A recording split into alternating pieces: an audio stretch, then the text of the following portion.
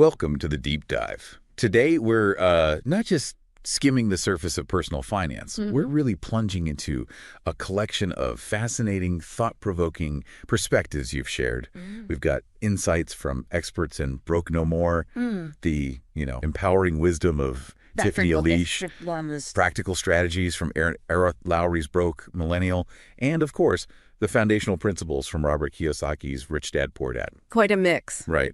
So our mission is basically to synthesize these diverse viewpoints, help you forge a more effective and, frankly, healthier relationship with your money. Exactly. We're aiming to move beyond that traditional, sometimes guilt-ridden budgeting advice and explore a much broader landscape. Okay. We'll look at why we spend the way we do, maybe question some long-held financial beliefs, and uncover actionable strategies that actually resonate with, your life and your values. It's a fantastic set of resources you've pulled together. Great.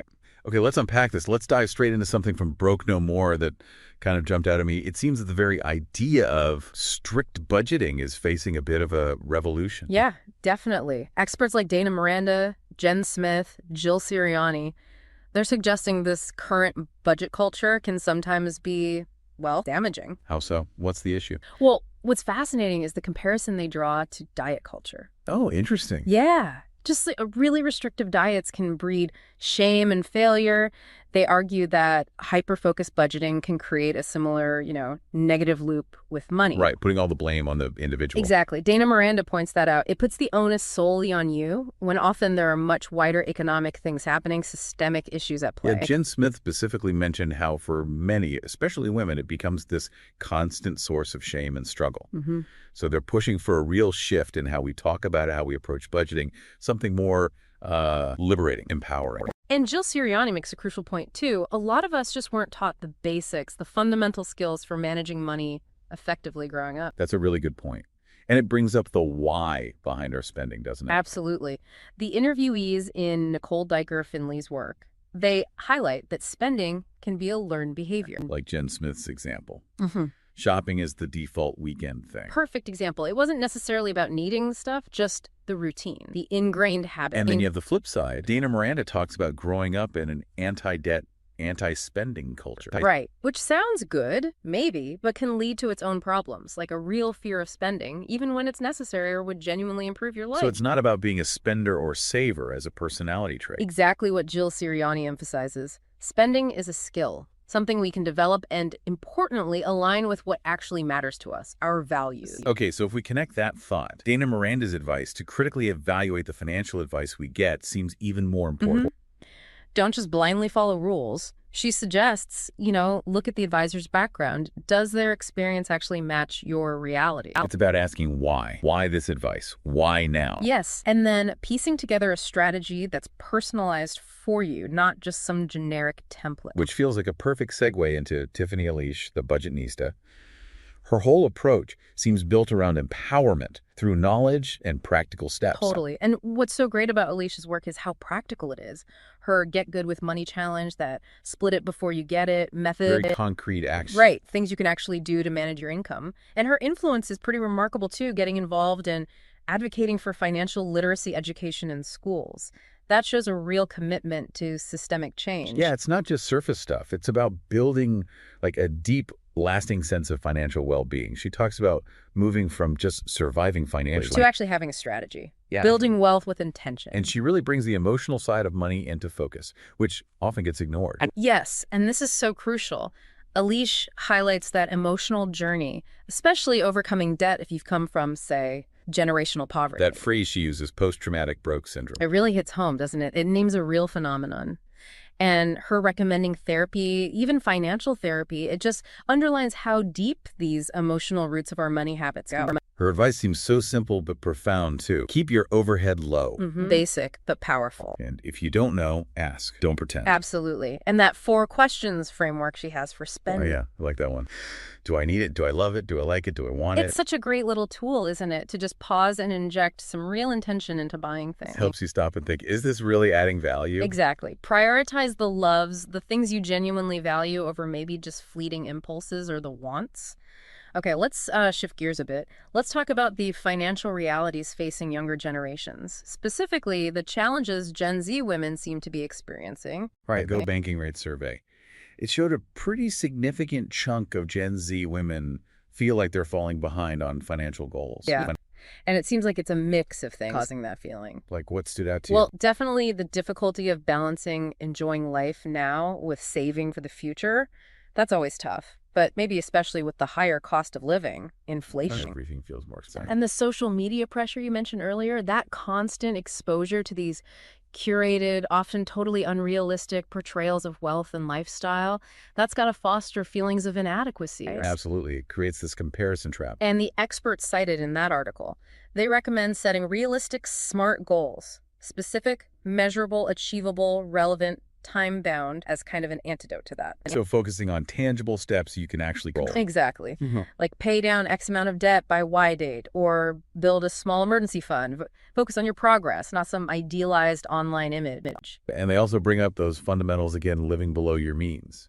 Being mindful of lifestyle creep. You know, when your income goes up, but your spending goes up right along with it. Right. Building that emergency fund, that cushion, starting to invest early, even if it's just small amounts. And getting creative, too. Side hustles, leveraging fintech, exploring different ways to build wealth. It's interesting how these foundational principles really echo across all the sources we're looking at today. Definitely. Tracking where your money goes, using some kind of budgeting framework like the 50-30-20 rule, maybe automating savings, building that safety net. They keep coming up. Essential strategies for stability. Absolutely.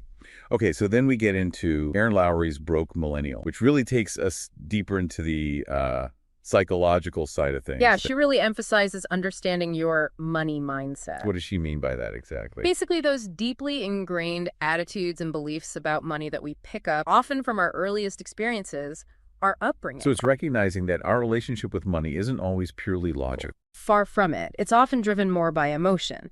Lowry gives these great self-reflection questions to help you examine your background, and she talks about common money archetypes. Like the avoider, spender, saver. Right. Risk taker, giver. Identifying which one or ones you lean towards is kind of the first step to making positive changes, isn't it? It makes sense. If you don't know your emotional traumas around money, you're probably going to undermine your own progress without realizing it. Like if you know you tend towards stress spending, you can maybe build in other coping mechanisms proactively. And she also talks about getting financially naked. Yeah, which is basically about complete transparency with your finances, especially if you're in a committed relationship. That money talk, it can feel really awkward, even scary. Definitely. But Lowry makes a really strong case that it's absolutely vital for a healthy partnership. Talking openly about income, debt, credit scores, spending habits, goals. Yeah. Early on, it can prevent so many problems later. So it's not a one-time conversation. Ideally not. She even suggests things like regular money dates with your partner. Just check in, review the budget, talk about goals together. Keep that transparency going. I like that idea. And Lowry also tackles budgeting itself, but frames it differently, right? Not as punishment. Exactly. Not restriction, but a flexible tool that should align with your values, what actually matters to you. So she offers different methods. Yeah, like the 50-20-30 rule we mentioned, zero-based budgeting, even something called the anti-budget, which is basically pay yourself first, then spend the rest freely. The key seems to be finding a system that fits your personality. Yes. And crucially, includes dedicated fun money. It has to be sustainable, something you can stick with long-term, which means allowing for enjoyment. Makes sense. And what about debt? How does she approach debt management? Strategically. First step, know your numbers. Understand exactly what you owe, to whom, at what interest rate. Then choose a payoff. Right. Like the avalanche method, tackling the highest interest debt first to save money long term, or the snowball method, paying off the smallest balances first for those quick psychological wins. Which one's better? Depends on you. What motivates you more? Saving the most interest or feeling that momentum of paying things off?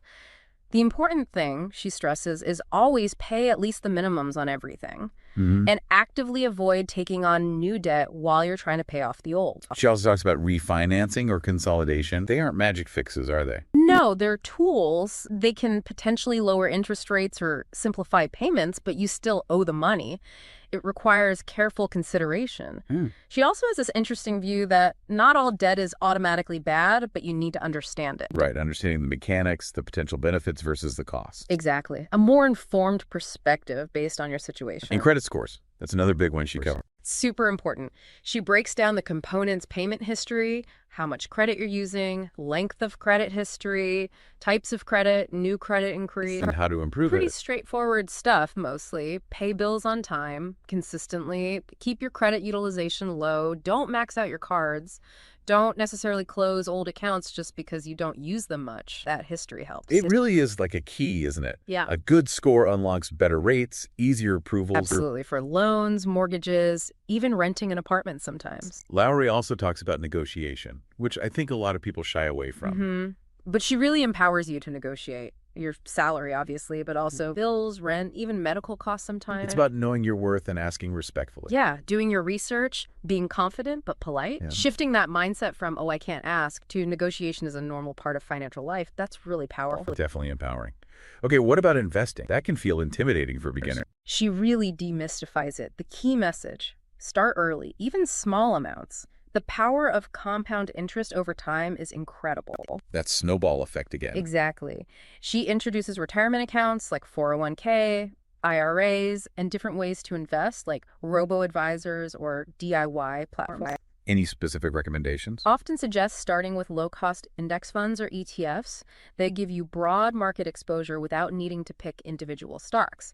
Diversification is built in. And consistency is key. Vital. Automation helps a lot here. Set up regular automatic contributions. It takes the emotion out of it and lets those small amounts build up over the long haul. Okay, and she also touches on insurance, living within your means. Yeah, the essentials.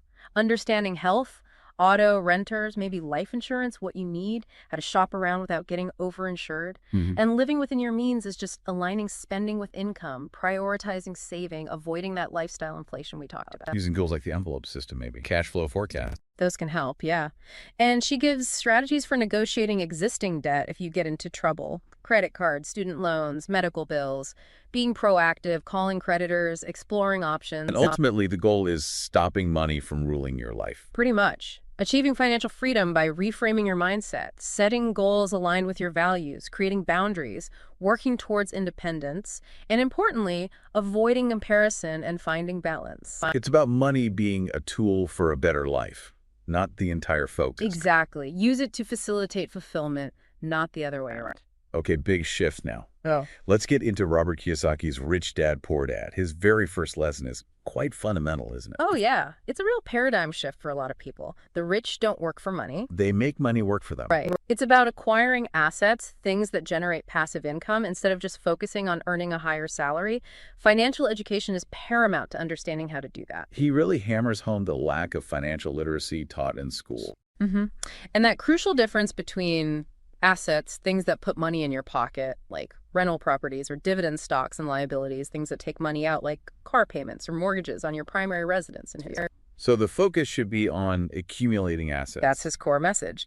And his advice to mind your own business. What does that mean exactly? Like, start a side hustle. It means build your own asset column. Your business is your portfolio of assets, not necessarily your job. So yeah, maybe it's a side business, maybe it's investing, maybe real estate. Diversify income streams. Don't rely solely on your employer.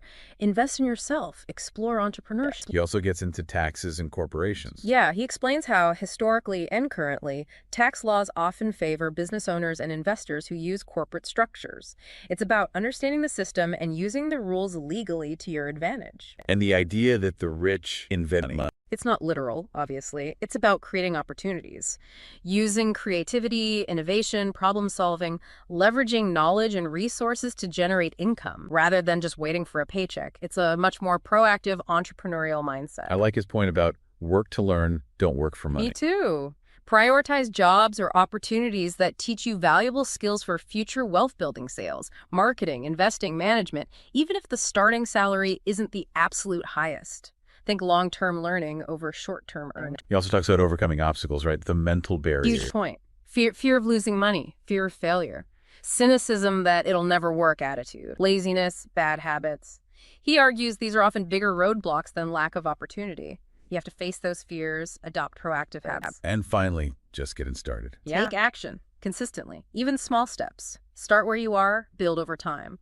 Wealth building is a marathon, requires smart decisions and persistence. Okay, wow. We've covered a lot of ground, synthesized a ton of insights. We really have. And you can see, right, building a healthy financial life, it's not about some single rigid set of rules that makes you feel bad. No, definitely not. It feels much more like a personal journey. It is. It's about understanding your own values, your emotional connection to money, the systems around you. Whether that means adopting a flexible budget, spending intentionally using maybe Alicia's questions. Setting realistic goals, like we discussed for Gen Z, understanding your money mindset, like Lowry suggests. Or learning to make money work for you, like Kiyosaki advocates. The common thread through all of it seems to be informed action. Action that's tailored specifically to you, your circumstances, your goals. And it's ongoing, right? A process Wow. of learning, adjusting, figuring out what really works for you. Exactly. Discovering what resonates with your values and actually empowers you to move towards, genuine financial well-being, whatever that looks like for you. So here's a final thought to leave everyone with. Consider this. If you really, truly understood your deepest financial fears,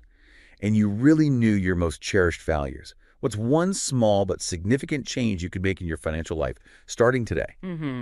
One change that would move you just a little bit closer to feeling genuine security and freedom, regardless of all the noise, the trends, the pressures out there. That's the question to ponder from this deep dive. Thanks for joining us.